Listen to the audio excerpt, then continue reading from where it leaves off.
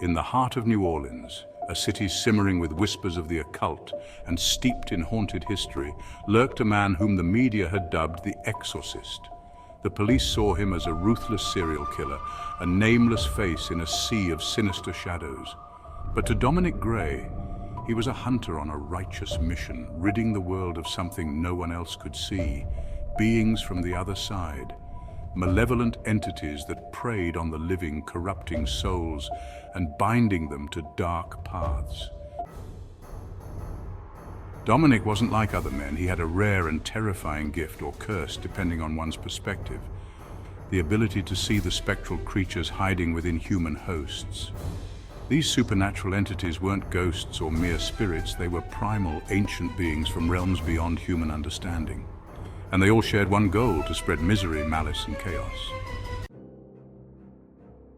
One evening, as the thick fog clung to the cracked sidewalks of a decaying neighborhood, Dominic found himself drawn to an abandoned warehouse. Inside, he sensed a presence, a host and its twisted passenger. He crept through the building, his hand steady on his knife, a weapon he had modified with runes and blessed metals known to weaken the supernatural beings. This wasn't the work of a mindless killer, but that of a skilled exorcist with a taste for extreme methods. The first entity Dominic faced that night was called Veresa.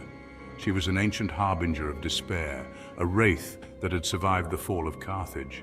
Her spectral form appeared as an emaciated, twisted figure draped in shreds of shadow, whispering despair into the minds of those she possessed, driving them to the brink of madness before they ultimately destroyed others. Dominic spotted her host, a man with hollow, bloodshot eyes standing among the shadows, swaying as if in a trance. Dominic lunged forward, swift and precise, his blade slicing through flesh and spirit alike. Veresa's host screeched as her true form erupted from his body, a shuddering mass of hatred and despair that whipped the air into a frenzy.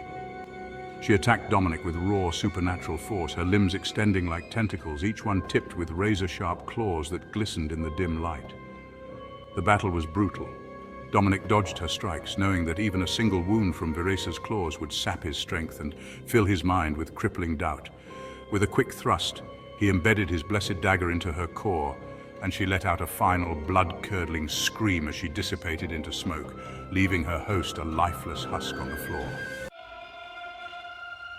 Dominic barely had time to catch his breath before he sensed another presence, a creature called Eldrick. Eldrick was a being of pure rage, bound to Dominic since the Middle Ages when he had been exorcised from a bloodthirsty crusader. The crusader's descendants had been Eldrick's unwitting pawns, each one consumed by a strange compulsion for violence.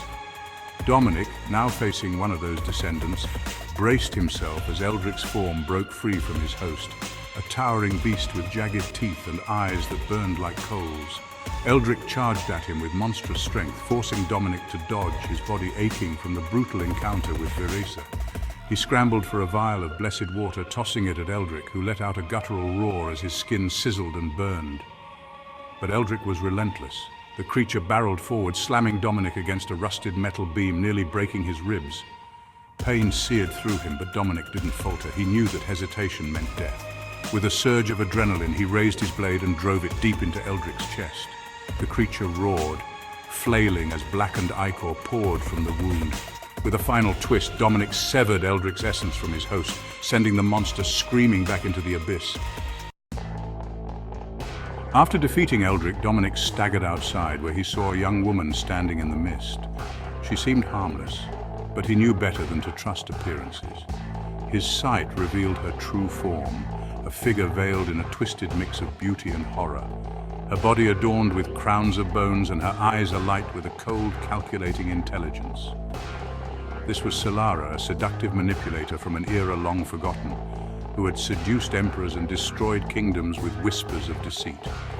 Dominic readied his knife, knowing this would be his toughest battle yet.